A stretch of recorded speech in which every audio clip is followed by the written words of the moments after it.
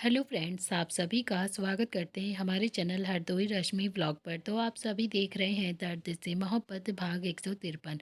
इससे पहले इस कहानी के 152 भाग अपलोड हो चुके हैं चैनल पर। अगर आप सबने नहीं पढ़ा है तो ज़रूर पढ़ लीजिएगा।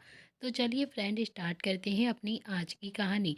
अब तक आप सबने पढ़ा था, सौम्या के चेहरे पर भी बड़ी सी मुस्कुराहट आ जाती है। उसने भी शुभ के गाल पर बहुत ही प्यार से हाथ लगाकर कहा कि मैं तो बहुत ज़्यादा खुश हूँ कि तुम दिशा से सच में प्यार करते हो और उससे शादी भी करना चाहते हो। मेरी दोनों ही बेटियाँ एक ही घर में चली जाएंगी। भला मुझे और क्या चाहिए। मैं तो इस रिश्ते से सच में बहुत ही ज़्यादा खुश हूँ। तभी शुभ भी एकदम से बोलता है कि तो फिर फटाफट से दिशा को बुला दीजिए मम्मी जी। मैं भी रिंग लेकर आया हूँ, अभी के अभी पहना कर ही जाऊँगा उसे। फिर हमारी शादी भी फिक्स हो जाएगी। ओके।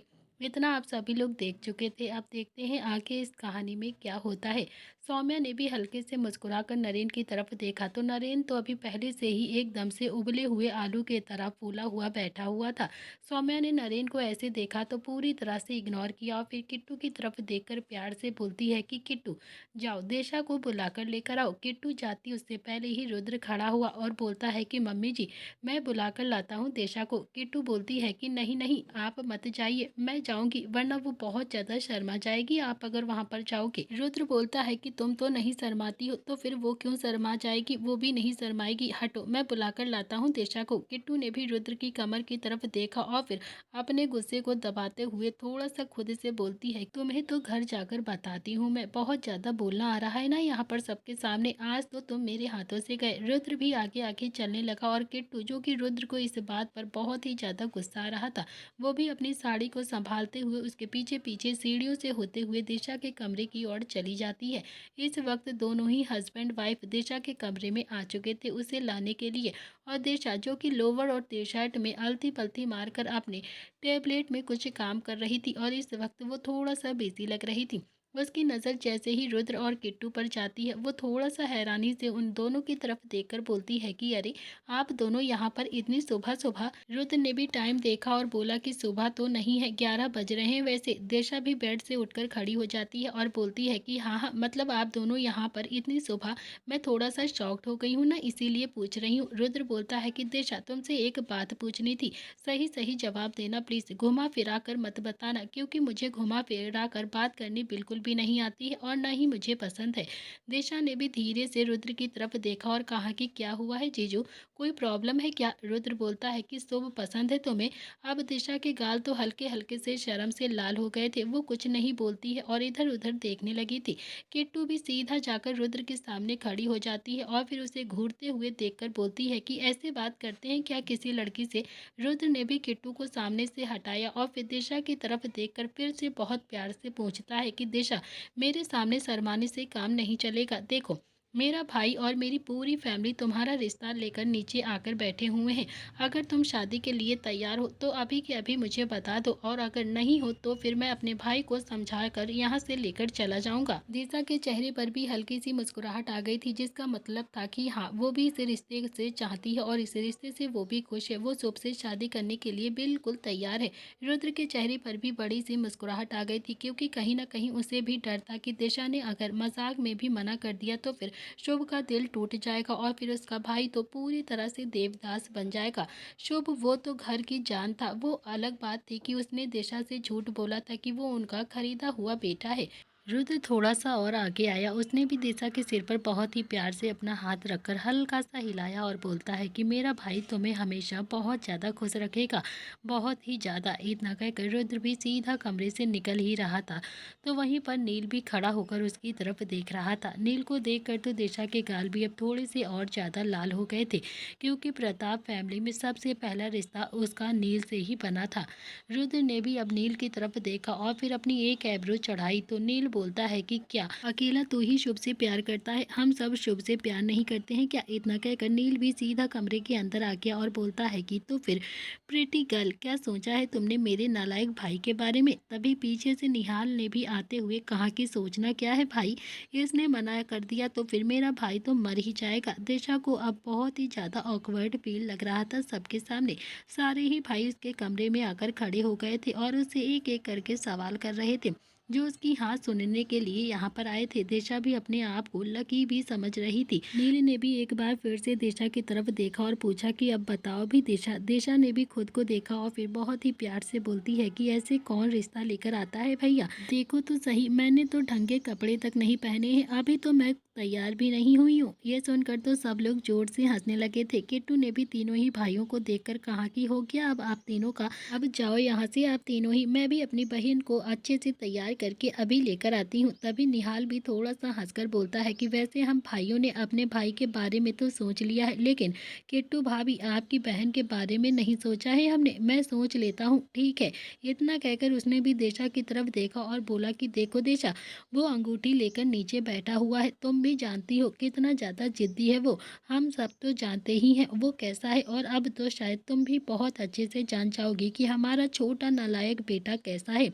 एक बार उसने तुम्हें अंगूठी पहना दी ना, फिर तुम कितनी भी कोशिश कर लेना वो तुम्हें बिल्कुल भी नहीं छोड़ने वाला है। इसीलिए एक बार फिर से सोच लो और अच्छे से समझ भी लेना, क्या तुम मेरे नालायक भाई के साथ अपनी पूरी जिंदगी बिता पाओगी? क्या उसके साथ तुम हमेशा खुश रह पाओगी? दिशा के चेहरे पर तो बड़ी सी मुस्कुराहट आ गई थी।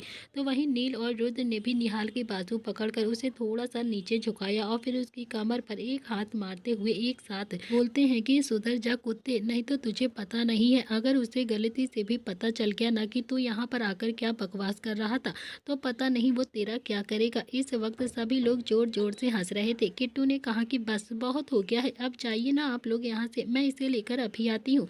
तीनों ही भाइयों ने एक नज़र दिशा की तरफ देखा और फिर किट्टू की तरफ देखकर हल्के से मुस्कुराते हैं और चुपचाप वहाँ से चले गए थे। किट्टू ने भी दिशा की तरफ देखा और फिर बहुत ही प्यार से मुस्कुराकर बोलती है कि सच में शुभ बहुत ज़्यादा अच्छा है। दिशा ने कहा कि जानती हूँ।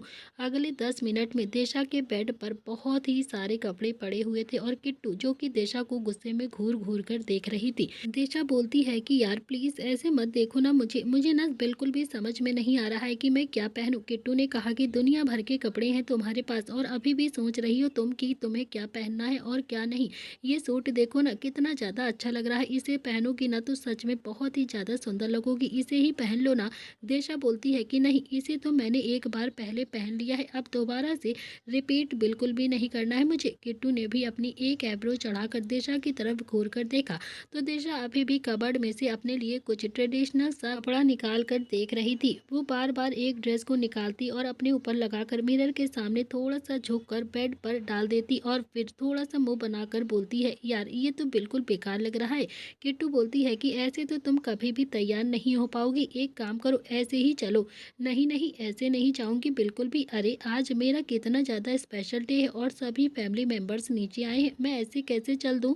इतना कहकर उसने भी एक और सूट उठाया और फिर किट्टू बोलती है कि बस बहुत हो गया है दिशा, अब चुपचाप से इसे पहन लो और नीचे चलो, समझी तुम।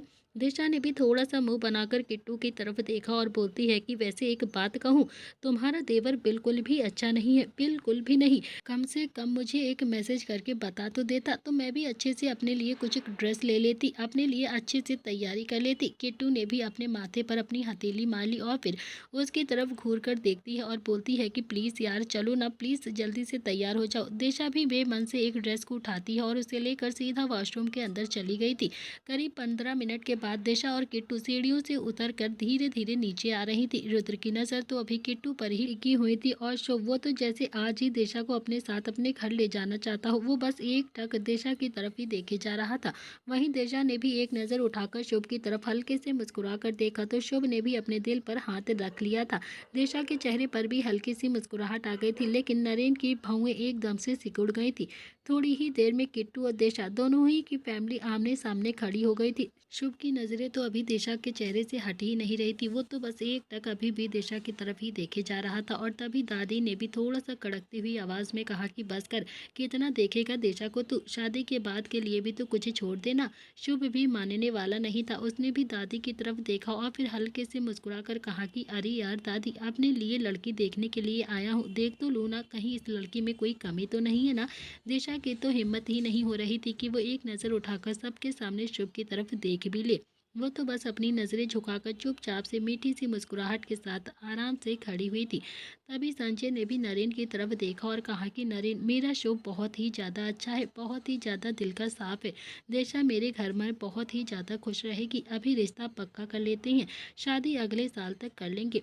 वैसे भी अभी तो हमें निहाल और नव्या की शादी करनी है। नरेन का तो बिल्कुल भी मन नहीं था कि उसकी फूल जैसी बेटी की शादी इतने शरारती इंसान से हो जाए, जो सच में इतना ज़्यादा मजाक करता है और इतना ज़्यादा शरारत करता है कि बड़े बड़े को भी नहीं छोड़ता है।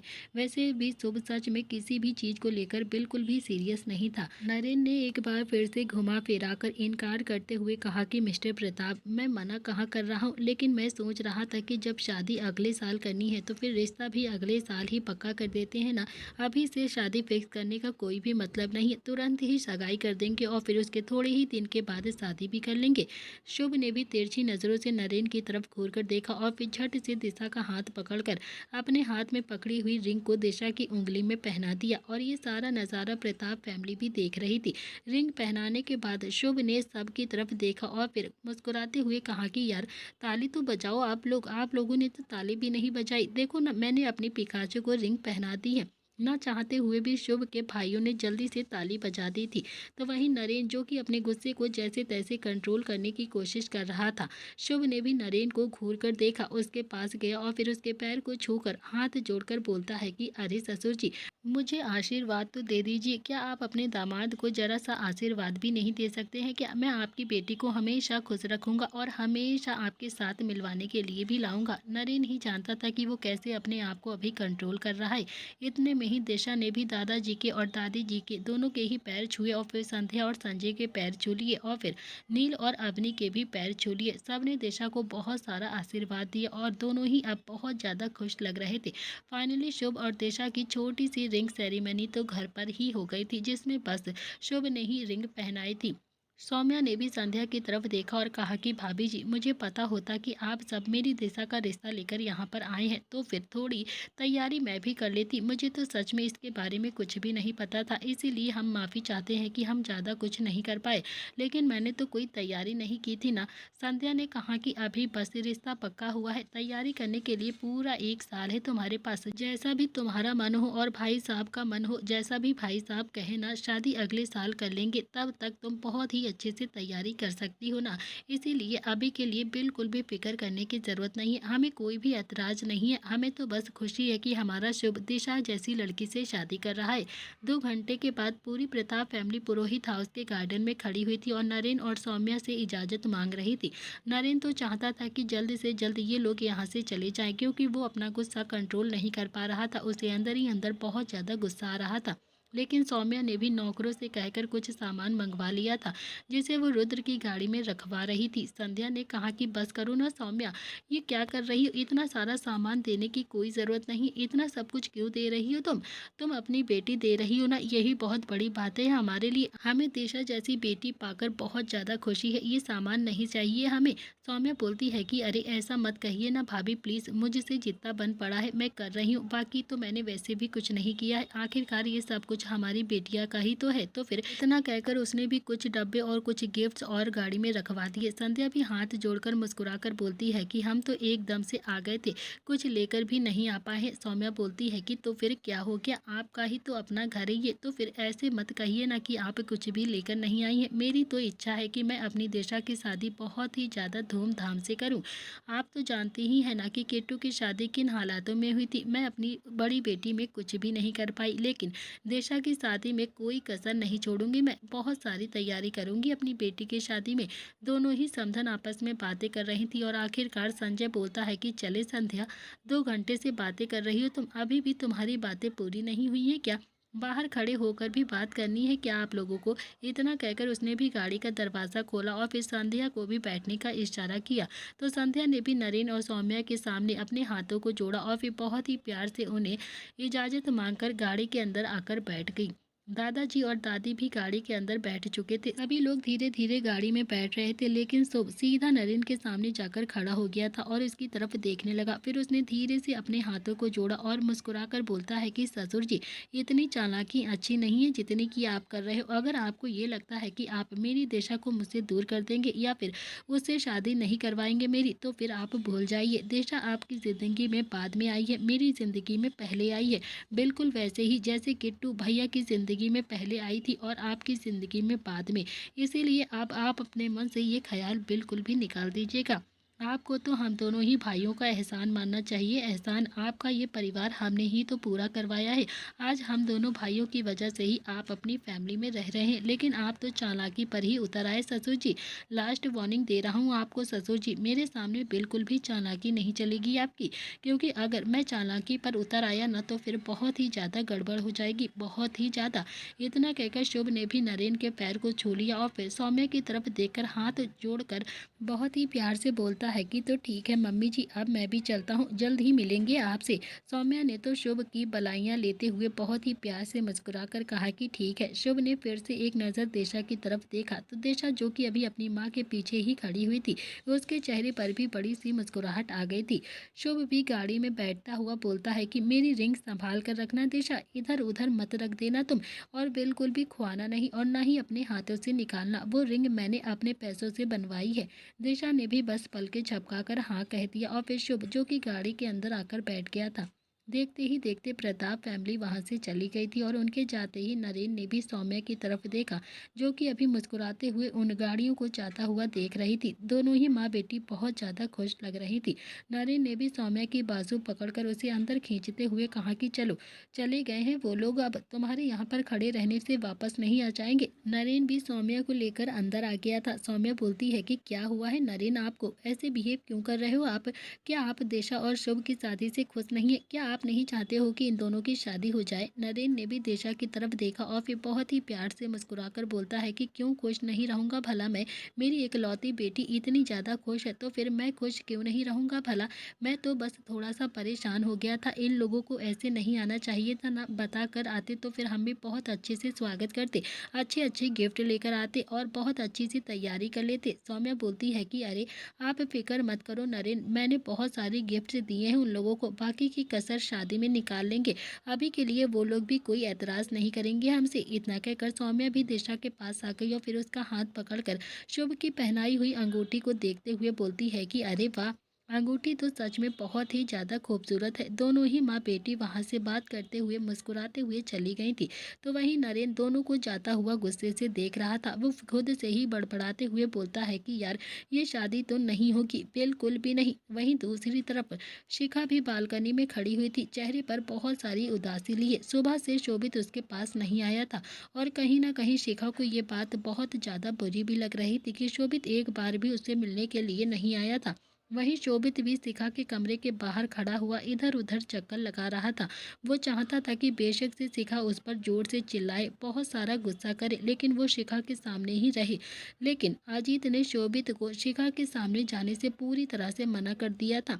अजीत और गीतांजलि दोनों ही लिविंग एरिया में खड़े हुए शोभित की तरफ ही देख रहे थे और उसके दिल की जज्बातों को भी समझ रहे थे। गीतांजलि भी अजीत की तरफ देखकर बोलती है कि आपने उसे जाने से मना क्यों किया है?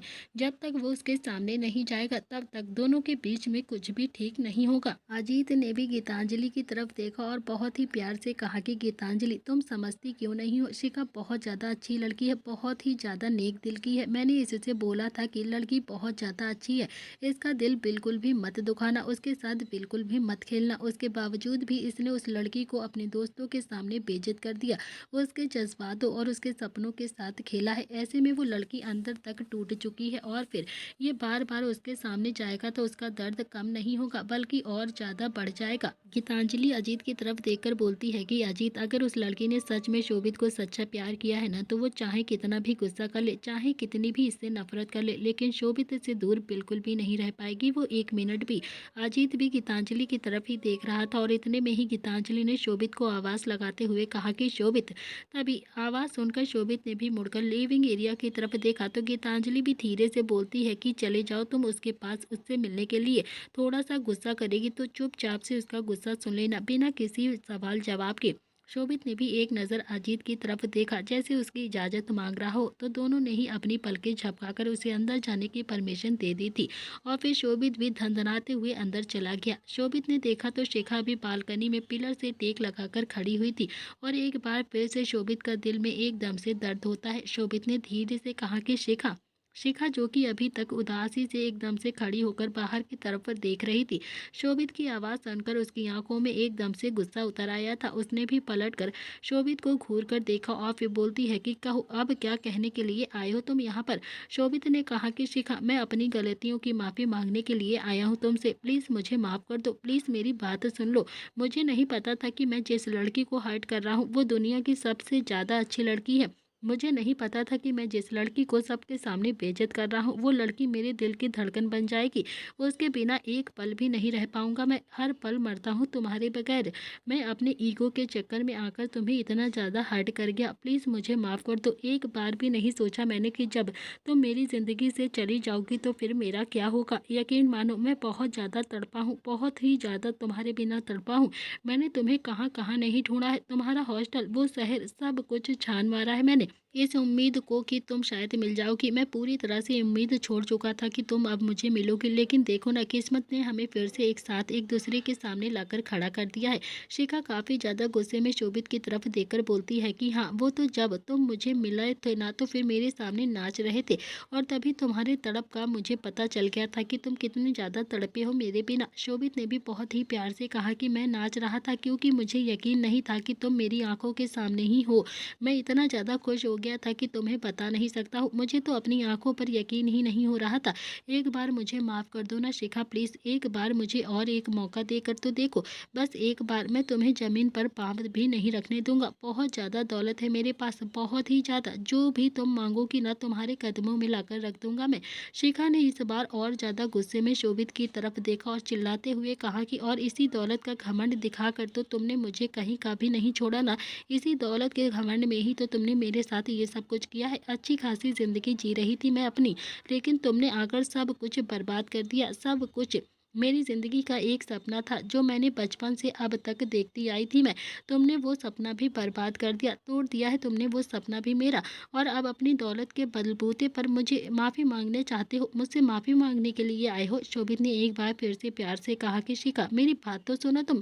प्लीज़ मेरी बात सुनो, एक बार, एक आखिरी मौका दे दो मुझे। ये कहते हुए शोभित ने भी शिखा के दोनों ही बाजुओं पर अपना हाथ रखा था कि तभी अचानक से शिखा ने बहुत ही ज़्यादा गुस्से में कहा कि शोभित, हाथ हटाओ, हाथ हटाओ मेरे कंधे से। लेकिन शोभित ने इस बात को बिल्कुल भी सीरियस नहीं लिया और बोला कि शिखा, प्लीज़ एक मौका, एक आखिरी मौका दे दो मुझे प्लीज़। इसके बाद तुमसे कुछ नहीं मांगूंगा। देखो ना, मेरी फैमिली में मेरे पापा हैं, अब तो मेरी नई माँ भी आ गई है और हम सब तुम्हें बहुत ज़्यादा खुश रहेंगे, साथ में एक हैप्पी फैमिली की तरह रहेंगे। शिखा बोलती है कि शोभित, मैंने कहा ना कि हाथ हटाओ। शोभित ने फिर से शिखा की बात को पूरी तरह से इग्नोर कर दिया और बोला कि शिखा, मेरी बात तो सुनो, प्लीज़ मेरी बात सुनो। अच्छा एक काम करो, तुम पहले आईएएस की तैयारी करो, उसके बाद हम सोचेंगे कि हमें आगे क्या करना है। अभी बस तुम अपनी पढ़ाई पर फोकस करना, तुम्हारा जो भी मन आता है ना तुम वो करना। तुम्हें जहाँ भी कोचिंग करनी है ना तुम मुझे बताना, मैं तुम्हारी कोचिंग करवाऊँगा। मैंने तुम्हारे लिए बहुत ही अच्छी अच्छी बुक्स भी ऑर्डर कर दी हैं, बहुत जल्दी तुम्हारी सारी किताबें तुम्हारे पास होंगी। शोभित ने इतना ही कहा था कि तभी शिखा ने शोभित के सीने पर जोर से हाथ रखकर उसे धक्का दिया और फिर खींचकर एक चांटा उसके गाल पर जड़ दिया। शोभित का चेहरा तो अभी एक तरफ हो गया था। उसने बहुत ही ज़्यादा हैरानी से शिखा की तरफ देखा तो शिखा ने उसे काफ़ी ज़्यादा गुस्से से उंगली दिखाते हुए चिल्लाते हुए कहा कि तुम्हारे बाप की जागीर नहीं हूँ मैं, जो तुम्हारा जो भी मन आता है, जैसे भी मन आता है, जिस वक्त मन आता है उस वक्त मुझे छूने के लिए सोचते रहते हो तुम। अब समझ में आ रहा है मुझे, उस वक्त बस तुम मेरे करीब आना चाहते थे, तुम्हें मेरी फीलिंग से कुछ भी लेना देना नहीं था, बस तुम मेरे साथ टाइम स्पेंड करना चाहते थे, टाइम वेस्ट करना चाहते थे तुम मेरा। शोभित को भी न जाने क्यों शिखा की इस बात पर बहुत ही ज़्यादा गुस्सा आ गया था। बेशक से शोभित ने शिखा को बहुत ज़्यादा हर्ट किया था, लेकिन कहीं ना कहीं दिल तो उसका भी बहुत ज़्यादा दुखा था, वो रिस्पेक्ट तो उसकी दिल से ही करता था और कहीं न कहीं दिल से उसे बहुत ज़्यादा प्यार भी करने लगा था। शोभित ने भी अगले ही पल शिखा की बाजू पकड़कर उसे दीवार से लगा दिया और फिर बिल्कुल उसके चेहरे के नज़दीक जाकर थोड़ा-सा गुस्से से बोलता है कि अगर तुम्हें छूने का मन होता ना तो फिर अब तक तो मैं ना जाने कितनी ही रातें तुम्हारे साथ बिता चुका होता, समझी तुम? और अगर मेरा यही सारा मकसद होता ना तो आज तुम यहाँ पर ऐसे नहीं खड़ी होती मेरे सामने। तुम कुछ भी नहीं कर पाती। अब तो मेरे घर में पिछले 2 दिन से रह रही हो तुम, लेकिन मैंने तुम्हारे साथ कुछ भी नहीं किया। चाहूँ तो कुछ भी कर सकता हूँ तुम्हारे साथ, लेकिन फिर भी तुम्हारी माफ़ी का इंतज़ार कर रहा हूँ मैं। कल से तुम्हें समझाने की कोशिश कर रहा हूँ, लेकिन नहीं, तुम तो मेरी एक बात सुनने को तैयार ही नहीं हो, मेरी बात ही नहीं समझ रही हो तुम। एक बात याद रखना शिखा, इस छोटे से दिमाग में जो कि बहुत ही ज़्यादा चलता है ना, एक बात अच्छे से फिट कर लो तुम। तुम्हें मैं यहाँ से जाने नहीं दूंगा, चाहे तुम कुछ भी कर लो, मैं यहाँ से तुम्हें अब बिल्कुल भी नहीं जाने दूंगा, चाहे तुम मुझे माफ़ करो या ना करो। तुम्हें जो भी करना है तुम इसी कमरे में रहकर, इसी घर में रहकर ही करोगी। तुम आईएएस ऑफिसर भी बनोगी, क्योंकि मैं चाहता हूँ, तुम चाहो या ना चाहो, समझी तुम? और रही बात कि मैं तुम्हारे करीब आना चाहता हूँ, तो फिर जब मेरा मन करेगा ना मैं तुम्हारे करीब भी आ जाऊंगा, समझी तुम? और तुम मुझे रोक भी नहीं पाओगी, कुछ नहीं कर पाओगी तुम मेरा। इसीलिए बेहतर ये होगा कि फालतू की बातें अपने दिमाग से निकाल दो। इतना कहकर शोभित ने भी शिखा के चेहरे को पकड़कर अपनी तरफ घुमा दिया और फिर उसकी आंखों में देखकर बोलता है कि और एक और बात, तुम पहले से ज़्यादा खूबसूरत हो गई हो अब, इतना ज़्यादा खूबसूरत कि मेरी नज़रें तुमसे हटती ही नहीं है। इतना कहकर शोभित ने भी शिखा के माथे को बहुत ही प्यार से चूम लिया और फिर शिखा ने अपनी दोनों ही आंखें बंद कर ली थी। अगले ही पल उसकी आंखें हल्की हल्की सी नम हो गई थी। शोभित अभी कुछ भी नहीं बोलता है, उसने भी बस शिखा के गाल पर अपना हाथ लगाया था और फिर बहुत ही प्यार से अंगूठे से उसके गाल को सहलाया और फिर बहुत प्यार से बोलता है कि मेरा मन कर रहा है कि मैं तुम्हें अभी के अभी किस करूं, लेकिन मैं जानता हूं कि अगर मैंने तुम्हें इस वक्त किस किया ना तो फिर तुम पता नहीं मेरा क्या करोगी, जान ले लोगी मेरी जान। लेकिन तुम भी एक बात कान खोलकर सुन लो शिखा, मैं जानता हूँ तुम बहुत ही ज़्यादा खुददार हो, बहुत ही ज़्यादा जिद्दी भी हो और बहुत ही ज़्यादा खूबसूरत भी, लेकिन मुझसे ज़्यादा नहीं, समझी तुम? इसीलिए अपनी जिद मेरे सामने बिल्कुल भी मत दिखाना, समझ आई बात? अब अच्छे बच्चों की तरह चुपचाप से खाना खाओ और अच्छे से अपनी पढ़ाई करो। कुछ दिन में तुम्हारी किताबें भी तुम्हारे पास आ जाएंगी। अपनी पढ़ाई पर बहुत अच्छे से ध्यान दो। मैंने तुम्हारे लिए फ़ोन भी नया मंगवा दिया है, ज़्यादा फ़ोन मत चलाना तुम, अपनी पढ़ाई पर ज़्यादा ध्यान देना, समझी तुम? शोभित अभी भी शिखा के बहुत ही ज़्यादा नज़दीक खड़ा होकर उससे ये सारी बातें बोल रहा था और शिखा को उस पर बहुत ही ज़्यादा गुस्सा आ रहा था, क्योंकि इस वक्त दोनों ही बहुत ही ज़्यादा करीब में खड़े थे। अगले ही पल शोभित के चेहरे पर बड़ी सी मुस्कुराहट आ गई थी। उसने भी शिखा की लाल नाक को हल्का सा किस किया और फिर बहुत ही प्यार से बोलता है कि "इसे तुम्हें पहली बार ही गुस्से में देख रहा हूँ मैं, सच में बहुत ही ज़्यादा खतरनाक गुस्सा है तुम्हारा। उस दिन भी जब तुम मुझे छोड़कर चली गई थी ना, तब भी चेहरे पर बहुत ही ज़्यादा उदासी थी तुम्हारे, लेकिन सच में गुस्से में तो तुम एकदम से पटाखा लगती हो, पटाखा। कोई बात नहीं, ये पटाखा हमेशा मेरी आंखों के सामने ही रहेगा, मुझे पता है।" ये कहकर उसने फिर से शिखा के गाल को बहुत ही प्यार से किस कर लिया। शिखा ने इस बार शोभित के सीने पर हाथ रखा और फिर उसे गुस्से से धक्का दिया और फिर थोड़ा सा चिल्लाते हुए गुस्से से बोलती है कि बस बस, बहुत फ़ायदा उठा लिया है तुमने मेरा, समझे तुम? बहुत ही ज़्यादा मजाक कर लिया है तुमने मेरे साथ, अब बिल्कुल भी तुम्हें अपना फ़ायदा नहीं उठाने दूंगी मैं। शोभित, जो कि अभी शिखा के धक्का देने से सीधा बेड पर जाकर गिर गया था, उसने भी अपना एक हाथ अपने सिर के नीचे लगा लिया और फिर इस वक्त वो बिल्कुल विष्णु मुद्रा में लेटा हुआ था। इस वक्त वो सच में बहुत ही ज़्यादा क्यूट भी लग रहा था। वो बहुत ही प्यार से शिखा की तरफ देख रहा था। वो बोलता है कि अरे फ़ायदा कहाँ उठाया है शिखा, तुम फ़ायदा उठाने ही कहाँ देती हो मुझे, तब भी नहीं उठाने दिया था और अब भी नहीं उठाने देती हो मुझे, पर मैं बहुत ही ज़्यादा फ़ायदा उठाऊंगा तुम्हारा, अब बड़ा मज़ा आएगा फ़ायदा उठाकर तुम्हारा। तब तो तुम बहुत ही ज़्यादा आराम से पट गई थी मुझसे, अब तुम्हें पटाने में मुझे थोड़ा सा वक्त लगेगा, लेकिन कितना भी वक्त लग जाए। इतना कहकर उसने भी अब शिखा को एक फ्लाइंग किस दे दी और फिर मुस्कुराने लगा। शिखा ने भी पास रखा हुआ एक तकिया उठाया और फिर शोभित को जोर से मार दिया। शोभित बोलता है कि यार, मतलब कुछ भी, प्यार अभी बाकी है, तभी तो तकिया उठाकर मारा है तुमने, ताकि मुझे लग ना जाए, है ना? वरना ये फ्लावर पॉट भी तो उठाकर मार सकती थी। मुझे पता है तुम्हारे दिल में अभी भी मेरे लिए प्यार है। शोभित ने इतना ही कहा था कि तभी शिखा ने पास रखा हुआ वही फ्लावर पॉट उठाया और फिर शोभित को मारने के लिए जैसे ही अपना हाथ ऊपर उठाया, वैसे ही शोभित कमरे से भाग गया और फिर मुस्कुराते हुए उसे चिढ़ाने लगा। शिखा, जो कि काफ़ी ज़्यादा गुस्से में अपनी धड़कनों को कंट्रोल करने की कोशिश कर रही थी, लेकिन अगले ही पल उसके होठों के कोने एकदम से मुस्कुराकर मुड़ गए थे।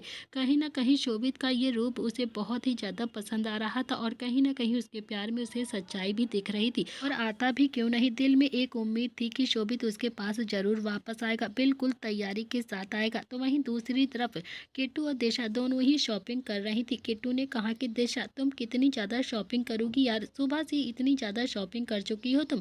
दिशा ने खुद को देखा और फिर उसके दोनों ही हाथों में बैग्स थे। अब दिशा भी खुलकर जीने लगी थी। जीती भी क्यों ना, सब कुछ तो उसके पास था। अब तो उसे बहुत ज़्यादा खुश रहने का मन करता था। उसके पास शुभ जैसा दोस्त जिससे वो शादी करने वाली थी, किट्टू जैसी बहन और नरेंद्र पुरोहित जैसा अमीर बाप था उसके पास। आखिरकार वो अपनी दिल की हर बात को क्यों ना पूरी करती, वो अपने दिल की हर चीज़ को क्यों ना निकालती। दिशा बोलती है कि यार नव्या और निहाल की शादी में तो मैं क्या रिपीट ही कपड़े पहनूंगी क्या। किट्टू बोलती है कि ये क्या नौटंकी है, तुमने मेरे सामने मत दिखाया करो यार। मैं अच्छे से जानती हूँ कि तुम किसके लिए शॉपिंग कर रही हो और किसके लिए नहीं। शुभ को दिखाना है ना तुम्हें, उसी के लिए इतना सब कुछ खरीदा है ना तुमने। लेकिन एक बात कहूँ तुमसे, शुभ ने जब से प्यार किया था ना, तो ये सारी चीज़ें नहीं थी तेरे पास और ना ही उसने ये सारी चीज़ों में तुझे देखा था। जब उसने तुझसे प्यार किया था, उसने तेरी सादगी से प्यार किया था, समझी तू। दिशा के चेहरे पर भी बड़ी सी मुस्कुराहट आ गई थी। वो बोलती है कि जानती हूँ, मगर फिर भी मेरा मन करता है कि जब भी मैं अब शुभ के सामने जाऊँ तो मैं बहुत ही ज़्यादा खूबसूरत लगूँ।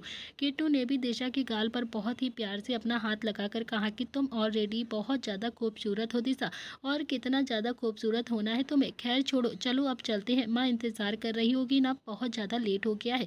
दोनों ही बहनें बाहर आ जाती हैं। दिशा का मन अपने घर जाने का बिल्कुल भी नहीं कर रहा था। उसका मन तो कर रहा था कि वो एक बार शुभ से मिल ले जाकर वो अभी प्रताप फैमिली के पास जाए। तो वहीं किट्टू ने भी गाड़ी के ड्राइवर को कॉल करके बुला लिया था। दोनों ही बहनें गाड़ी में आकर बैठ गई थी। तो वहीं दिशा ने भी अब फटाफट से शुभ को मैसेज करके कहा था कि आप कहाँ पर हो। शुभ ने भी मुस्कुराकर रिप्लाई किया कि तुम्हारे आप कहने से तो पति वाली फीलिंग्स आ रही हैं यार। दिशा के चेहरे पर तो बड़ी सी मुस्कुराहट आ गई थी। शुभ ने भी क्वेश्चन किया था, कहाँ हो तुम। दिशा बोलती है कि शॉपिंग करने के लिए आई थी, अब घर जा रही हूँ। शुभ बोलता है कि ऑफिस आ जाओ ना प्लीज, देख लो तुम्हारा पति अब रिस्पॉन्सिबल हो गया है और कितना ज़्यादा सीरियस होकर काम भी करने लगा है। जाकर अपने माँ बाप को भी बता देना कि शुभ प्रताप सिंह अब ऑफिस में काम करने लगा है। दिशा ने रिप्लाई किया कि मैं तो आना चाहती हूँ, लेकिन किट्टू के सामने कैसे कहूँ। शुभ बोलता है कि तुम फिक्र मत करो, भाभी को मैं फ़ोन कर देता हूँ। शुभ ने भी रिप्लाई किया और फिर सीधा किट्टू को कॉल कर दिया। किट्टू ने भी मोबाइल की स्क्रीन को देखा और फिर दिशा की तरफ देखा और फिर मिरर में ड्राइवर की तरफ देखकर बोलती है कि गाड़ी प्रताप इंडस्ट्रीज लेकर चलो।